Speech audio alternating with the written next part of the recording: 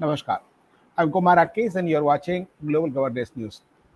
Today we're going to discuss the why religion important for politics and what is the relation between the religion and politics. Just we'll discuss globally as just concerned with India also. So we have eminent panelist Rakesh Tiwari ji, senior journalist from Canada, Toronto, and in Canada the election is going on, and Mr. Subodh Kumar is a political analyst from India, and later some more panelists to join. So but before just going to this subject, the how religion in politics and how the various political doctrines has been directly influenced or inspired by religions. We have seen, we have observed, and the various strands of political Islam exist, how the most of them falling under the umbrella term of the Islamism, and some of the Hinduism, some of the conservative reactionaries, and Wahhabism, and it varies to country. Now, this is recently in social media, the one WhatsApp is very active about the Islam and how the UK, without any bloodshed, in grip of Islam.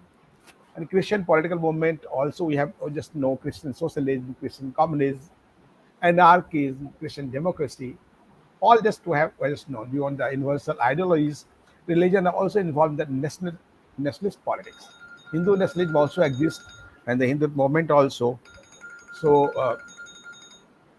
uh, religious Zionism and so many just whatever sects are there. I think about more than 24 prominent religions nowadays, and rather than long list. But in India, we only say Hindu, Muslim, Sikh, and Christianity. So, if you see the states have adopted various attitudes to our religions, ranging from theocracy and state atheism. A theocracy is a government by divine guidance or by officials who are regarded as divinely guided. Modern day recognized theocracies include the Islamic Republic of Iran and the Holy See. While the Taliban, Islamic State, we have just seeing and world watching how just Taliban is trying to convert Afghanistan in Islamic State with all means, and with and states are insurging, attempting to create the such polities. Historical example into the Islamic caliphates and the papal states. So always so many debates on the religion and politics, how the religion impacted. And yesterday, just we have all watched, world watched that the Congress senior leader and you was in the Mr. Rahul Gandhi, how he commented on Hinduism. So that is also matter of concern. Congress is for Hinduism or not, and how just he tried to compare uh, Mohandas Karamchand Gandhi and Mohan Rao Bhagwat of RSS. That was ridiculous. So many things is going on in the part of our country also, and global phenomena also. So Rakesh Tiwari ji, just take first your comment. How just you think the religion and the politics, and why religion should be the part of politics? Well, very interesting actually. The predominant issue you brought it, which was underlying since I will say centuries, I will say. The reason is this that the modern nation state has, in a way, had the notion, or it when it came uh, in front of people, that is the religion and the politics should not go together. Religion must not have any uh, overpowering effect on the politics, or you can say on the powerhouses who are governing the country or the world. And that notion started in 1789 with France, French Revolution. And we are talking about modern nation state, all the modern national state we are talking about. And the same notion was also somewhere, it was in UK too, and now it is there. But so far, so good. When we come back to 2021, we know that religion cannot be ignored. It will, it even with all due respect to the modern nation states, they said something that no religion has no base. in politics. Religion is not going to influence politics, but religion has done that all over the world. No country can say that they have not been influenced. Even in Russia too, where used to be, Yeah. such a such a nation state which has no respect for any religion, but now their Christianity are is flourishing. Or so is another. And the sad part is this: why are we pushing away religion?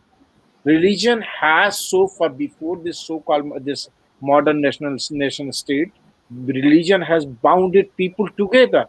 It has given the fear of between right and wrong.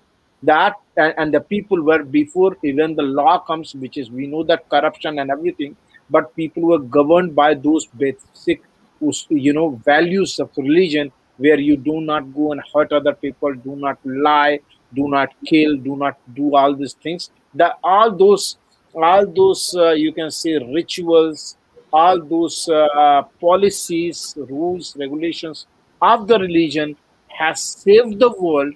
While I mean, I'm giving respect to every over there, as much they could have, they could not be. But I'm not putting everybody at the equal position. But whatever they did as an important role in the previous centuries, and even and this too, and still you are at home. You I mean that those people are very much in minor numbers who will say, well, we don't believe in any religion, we don't believe in rituals, we don't believe in this and that. They are very minor numbers. So the religion, in my understanding, is playing still the very, very strong role in today's politics. But I say, instead of hiding, it should come in open, and it should be respected. Thank you. So, just as you just share your view, Tiwariji, in every country, the politicians and political parties has been using religion as a tools just to Very true. allure, just allure the voters, Yes. and just for their political gains. So, Yeah. Subodhji, just seeing the status of the country in like India, and just how we see the according to our constitution, faith and state should be separate, but everybody has saying, seeing and observing how just faith and state has been mixed like anything, and for their means, for their gains, for their political gains, and whatever. Why? Why should that be stopped? Okay, because we are living in a. Thanks for inviting me in Thank this you. debate. It's a very important debate. And if you look at the nature, the genesis of the nation state, the concept of the state is very modern. It's an emerged after the, during the First World War and Second World War. Before it was, most of the part of the globe was governed by the monarchy system. So it's after the Second World War and the First World War and Second World War, the lot of democratic country emerged in the world, right? Now, most of the I agree with the Tiwari ji that the most of the countries, like in a over majority vegetarian population was the Christians, but despite of the Christian populations, they went opted the secular traditions. The reason for that, because they don't want to the hurt the other people who were from in that region. The second point was that the Bible does not talk about the religion and politics together. They have the very bad experience about the French revolutions, what Mr. Tiwari has mentioned about that.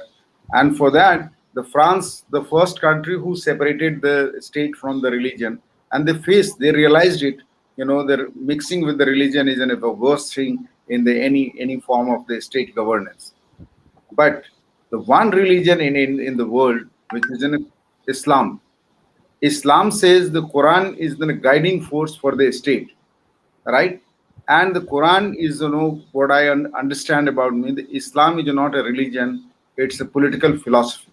Because in Islam has got everything: how to run the state, how to run what is the judicial system, how to run the majlis, who will be the speaker, what is the education system. So they have a complete documents drafted and complete. So these states, after even after the breaking of the Ottoman Empire, they believed in that same system and continued with this one. So they never respected the other minorities in their state. Yesterday, I was talking to some people in Malaysia. They said that we have been here for last 200 years, but they don't have any rights over there. They are the born and brought up. They don't know anything about the Tamil Nadu. They nothing. They speak Tamil language. Malaysia has accepted it. Tamil is the second language in the Malaysia. But as far as the right is concerned, Hindus don't have any right. So this now the world has emerged and discussing about that. The state, why not the India should be the why should India be a secular state to only to give the privilege? So this is a very concept notion is coming among the Indian populations, that why did we opt the secularism? And even the secularism was not opted in the first draft of the Constituent Assembly. They were not fooled. They didn't say that the Indian Constitution is a secular constitution. Even the Nehru didn't put the secularism in the Constitution. It's in the Constitution. The secularism was incorporated by 42nd Amendment of the Constitution during the emergency, and 1976. almost everybody was in jail at that time. Indira Gandhi, who has discussed, I don't know with whom she has discussed everything, and the BJP and the communists, they agreed on one point, that India is But that time BJP was not there. That was Jan Sangh. The No. BJP established in 1980. BJP also, today also the BJP said, when the Bhogendra Jha moved the motions, that the religion is not in a translation of the dharma, India is a Panth Nirpeksh Rashtra rather than the Dharm Nirpeksh Rashtra, right? And it was, the BJP also supported, even the Advani or everybody, having the same opinion on that. So this is a very emerging concept in India, that why India should not go to declare that India is a Hindu state. So it's in a reaction of that. Whole world is trying to react of that. Dr. Tiwari is right. In the Western world, they give the 10 days holiday for during the Christmas, but there is no holiday for any other festival. It means directly or indirectly you are saying that the England, the United States of America, Canada, all these countries are the Christian dominated country, and they are having the bigger festival for them. But to maintain this kind of the secularistic state, secular provisions, even the United States of America declared Diwali as a festival, the main festival in the United States of America, right? We all have to move towards that, but we have to mind it. The 57 countries are theocratic state in the world. And in the reaction of the theocratic state, if the UN is not going to consider, UN should put their condition that whosoever want to become the member of the United Nations, they should declare the secularism, not the theocratic state. Theocratic state is a dangerous trend, and it will lead to the third world war. Because thanks God that the Islamic country don't have the atomic bomb, no having access. If these Islamic country had an atomic bomb like in North Korea, they would have already blasted it. Till today, the North Korea has not done anything. They are only showing that I have the nuclear bomb, that, but they are not showing it. So we have to on the theocratic state. Thank you very much. Okay, thank you. Alok ji, just welcome Alok ji from Spain. Alok ji, do you listen? Alok ji has got to start. Yes. Welcome back, sir. Thank you so much. Sir, so Alok ji, just welcome to the show. I think just we have just started the discussion for the why religion should be the important for the politics and why necessary and what for. So as a European perspective, how do you think and how do you analyze, as well as the India perspective too? Yes, Alok Lahar. Before I go on to SFI comrade. Play. Subodh, please don't make additional comment. Please, I'm requesting you. Which folder? That's okay. This is live. This is live. Before I go on to the European perspective, let me just mention this to you. I was quite surprised by the time I was coming out. It is, how important is religion in today's society? I mean, just imagine Mullah Biradar has been named as one of the 100 most influential people for this year by no less than Time magazine. Yeah. This is the same magazine which is telling that Modi ji is influential, Mamata Banerjee is influential, and this and another. Mullah IAS. Biradar. Yeah. And Interesting. they are sharing the stage with Mullah Biradar. Biradar. So that's the importance of religion. Is he a religious leader? Can we compare him to Pope Benedict? Is he, let's say, I don't know who to compare him with. He's unique in himself. Is he a politician? Is he a religious leader? He's not, because had he been the religious leader, they would have probably named him as the in the government. He's not. He's the second, but he's the most influential. Alok, it's time of break, and after break, I'll take you. Okay, perfect. Thank you.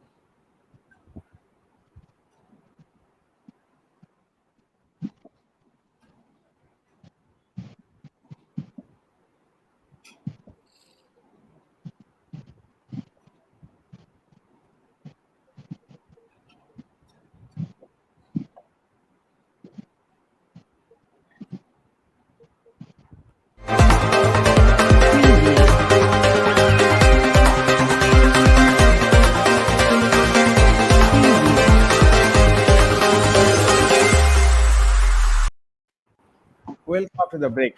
So, Alok, you are continuing now. Please. That's okay.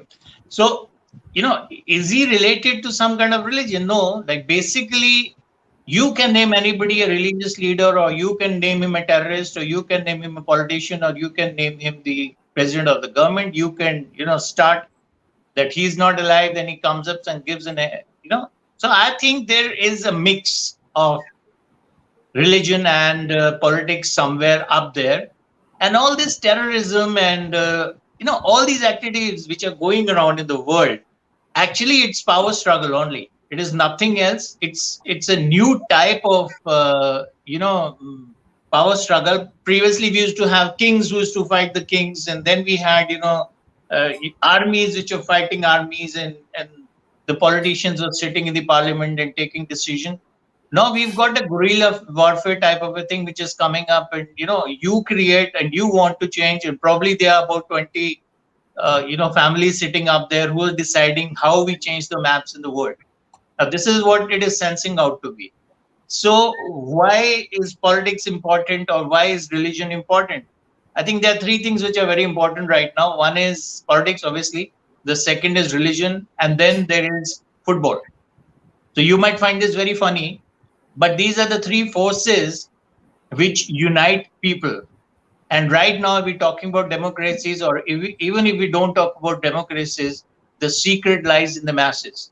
So these are the three forces which are uniting the people. There are people who are ready to kill each other. Like, for example, what happened in the World Cup, you've seen it in Italy. They were ready to kill each other just because their team did not win. So it is something like this. So any place where people unite, that's going to be powerful, and that's going to be most important. That's the reason I think these three, and football, of course, especially if I'm coming from a city like Barcelona, the club of Barcelona is called more than a club, and it is called more than a club for a specific reason, because it's got its own political weightage.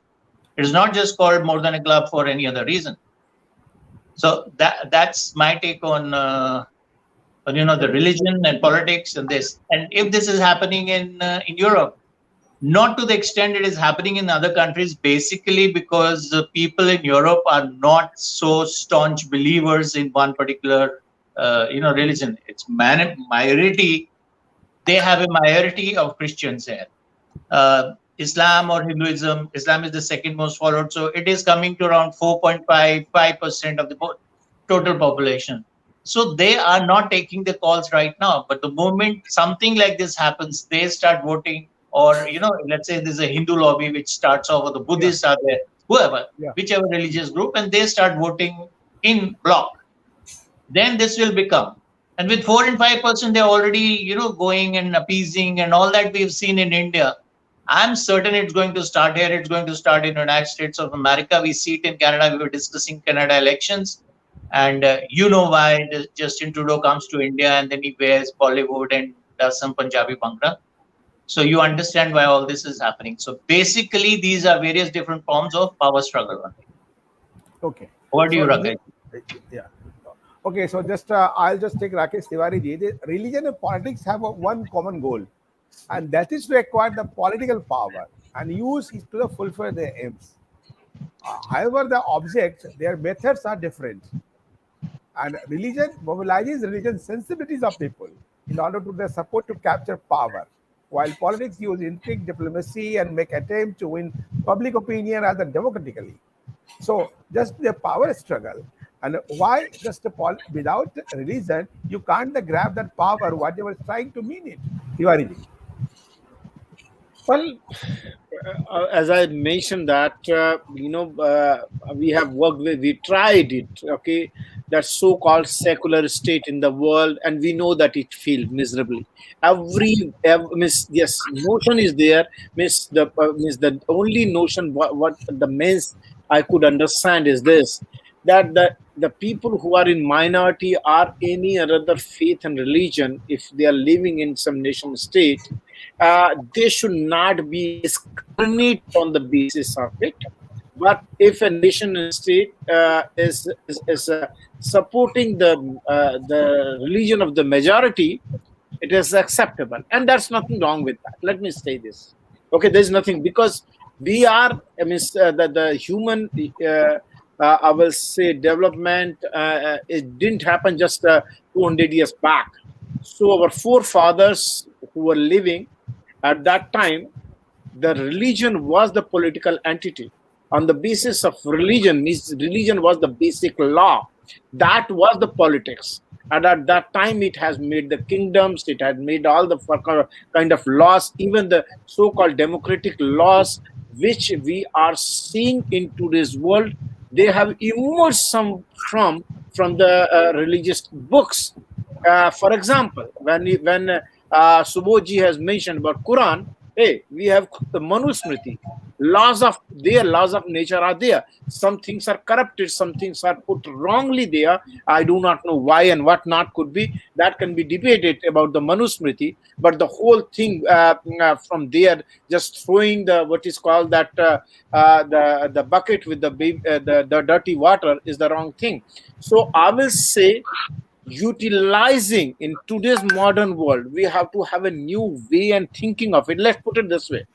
I'll give present example of Bharatiya Janata Party in Bharat. We know Bharatiya Janata Party, BJP, has is kind of you can say has much more influence of Hinduism over there, and RSS is purely. Let me complete, sir. RSS. I'll let you complete. I'll also request you just to also example how the religion is using the Canada politics now and Canada is going on after this. Okay, after this. So let me say this. So what happens that over there, and it has done something good. It has done something good. Congress, which claimed that they are secular party, okay, what they did during the 70 years or 70 odd years of their power, okay, that other than manipulating the masses, developing corruption and all that, okay, they were not able to do as much as within 7-8 years of this present government.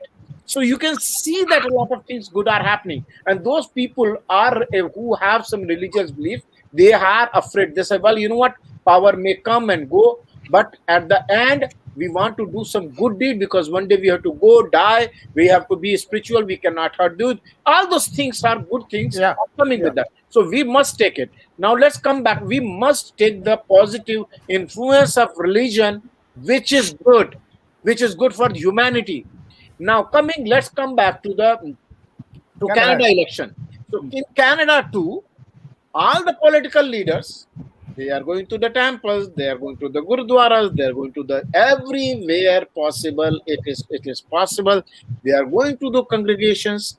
Yes, they are saying that we should not discriminate anybody, any other person who might be in minority on the basis of religion, and that's totally fine.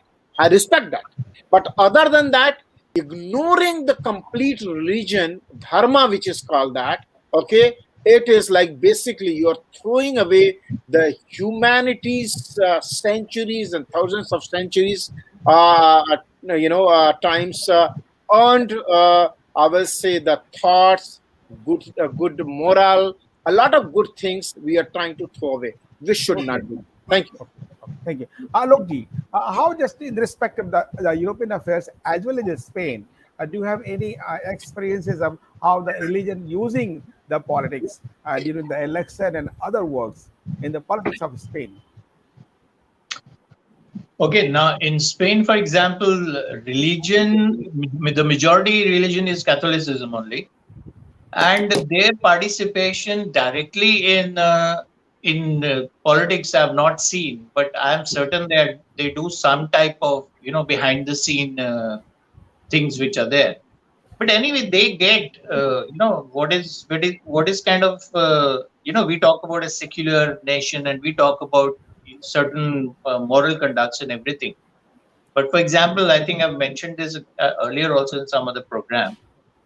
The church directly gets a certain percentage, a 2% of the tax returns which Spain gives. There is a column where you can cross. You have to put a cross in a certain box, and then 2% of whatever tax return, let's say I'm putting, then 2% will go to them. Otherwise, it can go for social development, other things, and all that if I don't put the cross. So when the tax return time comes in, so they put advertisements in the news, in the television also, like we are doing all this good work, and then you please take the. I'm not saying they're doing bad work. I'm not saying this. I'm not even going to talk about Manusmriti because there were other. We could talk about Vidur Smriti also. But we are making a mistake. We cannot judge Manusmriti or Vidur Smriti or some other Smriti from the 21st century benchmark. This is not correct to do it. There were certain things which were acceptable at that time in the society, and they'll probably not be acceptable today in the society. But yes, we were doing it, and it is a political convenience when they want to do it. Why do you just criticize Manusmriti? There are so many good things in Manusmriti also. Very true. True. Yeah, but when you talk about the respect given to the woman, that is also there in Manusmriti, but we don't talk about that. Yes. So it is using the scripture, and for example, when we talk about Marxism also, they say religion is the opium of the masses, but they just use the first phrase. They don't use the second phrase. The second phrase also tells that it gives to people who have nothing, a thought to live. So that is also very important. Now, in Spain, in general, in the last 25 years, I have not seen any religious influences on any kind of, polling or political, let's say code of conduct or whatever you want to say. Of course, if you go to Germany, then you have Merkel's party itself is called a Christian party, but normally I don't think there is any kind of intermingling of religion with the politics. I don't see it like this. They might have their own political, visits and all that. I've not even seen them going to temples No, or. that should be or not. That will be a last question to But as all. I said, it's a more homogeneous society, Yeah. and the minority vote is not a decisive vote. So that's the reason there is a difference between Canada and the rest of and the European countries, I think, Okay. for the time So being. Yes. just welcome Dr. Dheeraj call from USA. So Dr. Dheeraj just looking at the different mode, not like the doctors, just like the politician. So Dr. Dheeraj, how just to get close to the camera, actually, you are just so distant with the with the frame. So just how do you analyze the role of the religion in politics? Actually, time is very running out, so we have only 3 to 4 minutes. And I'll take to Subodhji. I think everybody else is way wiser than me in this area. I'm like an infant, so I was just heard some very smart comment. But I think we are very, if you talk about Indians, we are very grounded people. We do believe in our spirituality. And I think a lot of times religion and spirituality is intertwined depending on how you look at it. But politics is a very social, it's a part of the social fabric in India. Even in US, people are very politically inclined. So with their, with the religion somewhere, if their interest of the religion is affected by the leader versus not affected, me personally, I believe more in spirituality and humanism, but religion is a very big playing factor for it. And if you use the right way, you can be very constructive for the society. That's what I believe. Like, if you look at Modi, like, you can call him a very religious person, but look what he has done for yoga. How millions of people are affected and touched. It's such a noble thing he has done. I mean, from a medical point of view, people are now talking to me, what is Surya Namaskar? They ask me, why do you get up in the morning and say, put water to the sun? What's the deal with that? Like white people. So somewhere they are getting more and more curious to Indian ancient medicine, natural medicine. Holistic healing is very, very big area. I'm actually taking classes of that for my own interest. I don't know where it will go for holistic integrative medicine. But, I think India, like you're saying, Rakesh ji, like Vishwa Guru, it's moving in the right direction, and I'm very optimistic. And if people correlate with Modi ji because of that, that's a very good way to look at it. I would say that. Okay, thank you. So, Subodh ji, how just to think the religion just for the secure for the politics, and just as a concern of the India and the different part of Asia also, the response to challenges and feel insecure, and sometimes religion's helplessness.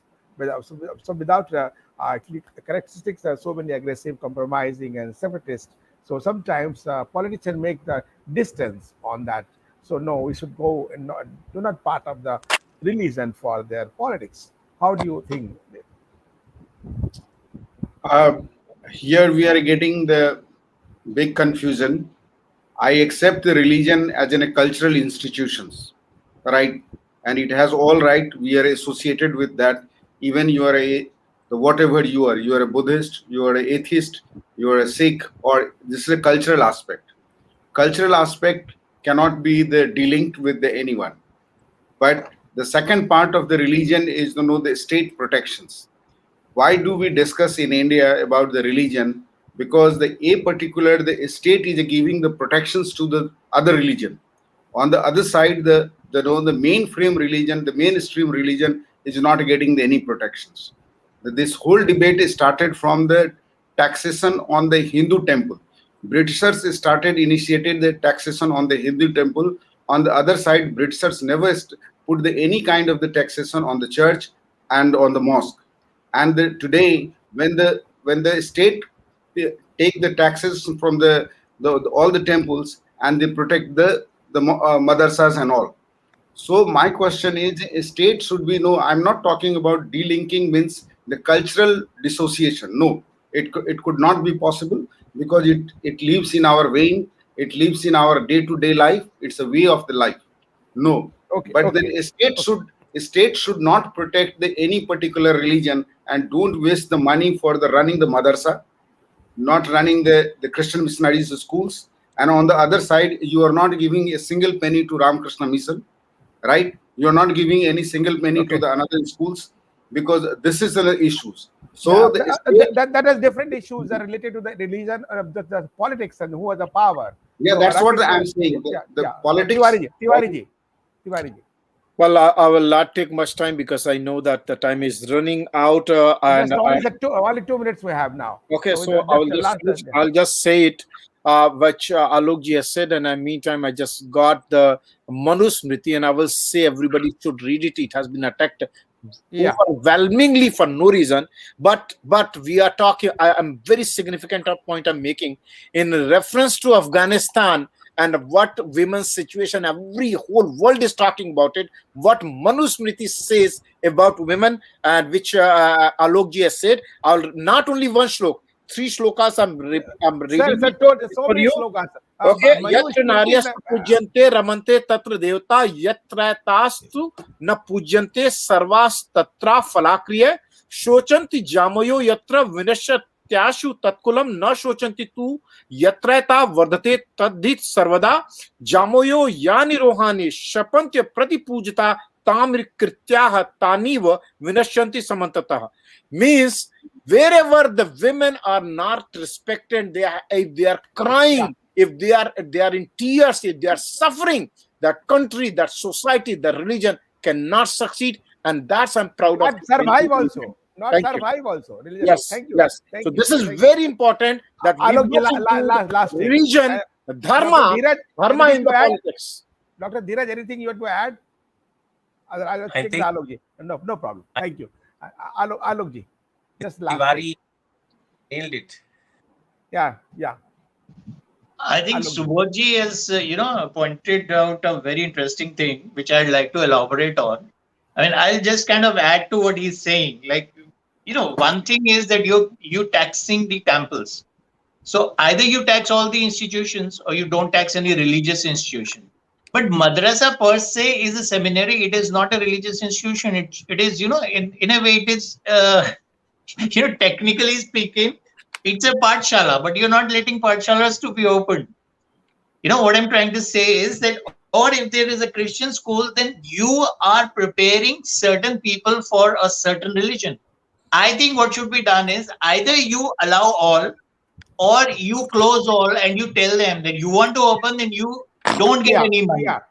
So let's differentiate between education. It is not exactly a school, it is a seminary, which you are trying to cultivate a certain type of thought process in the mind of the child, which is tomorrow going to nourish a particular type of spirituality. It's not even spirituality, it's religion, because I think spirituality is what Dheerajji talked about. So that is something at a different sphere than just being religious. Like what he talked about in yoga, lots of people are associating it with Hinduism, when it is probably of the 6 philosophies we talk about in Hinduism, it's the most secular philosophy. We talk about that. We're talking about a sound body and a sound mind and something like this. So Subodhji's idea is very interesting. Like we cannot live in 21st century and then try to say, oh, Manusmriti said this when we've not even read Manusmriti. Yes. And what Manusmriti was at no stage Constitution of India. It was not a religious book per se. Like we have in Mahabharata itself, we have the Vidusmriti. That is a category of the Veda, Mahapurana, and Upanishada. So No, that is nobody talks about Vidusmriti. Why not? You should also talk about Vidusmriti, which is part of There are so many nitis are there. So many nitis are there. Yeah. No, that is a matter of long discussion. But just as you just shared your view about the religion and the politics, and how the religion is going to be politics, it's a matter of also thinking that there are so many groups and people in the society who want to change their practical life. Some just take same time and decide not to abandon religion also, as well as they adopt their thoughts in society just for the sake of their life. But some politician always use some things, sometimes of make the assets just to allure the voters. That is, I think, according to my thinking, that is called the religion. Not for the religion, that's only for the vote politics. According to my view, that should not be used. That is a personal thing. The faith and state should not be mixed. But most of the country, as Rakesh Tiwari stated, and as just Dheeraj also mentioned, Subodhji and Alokji. So that is a matter of concern, not for the India, for every country. So nice of you participate in this show, and I think next show will think other when so many questions also raised about the taxation on the temples and the madrasas. They're very interesting, also matter of concern. Jai Hind, Jai Bharat.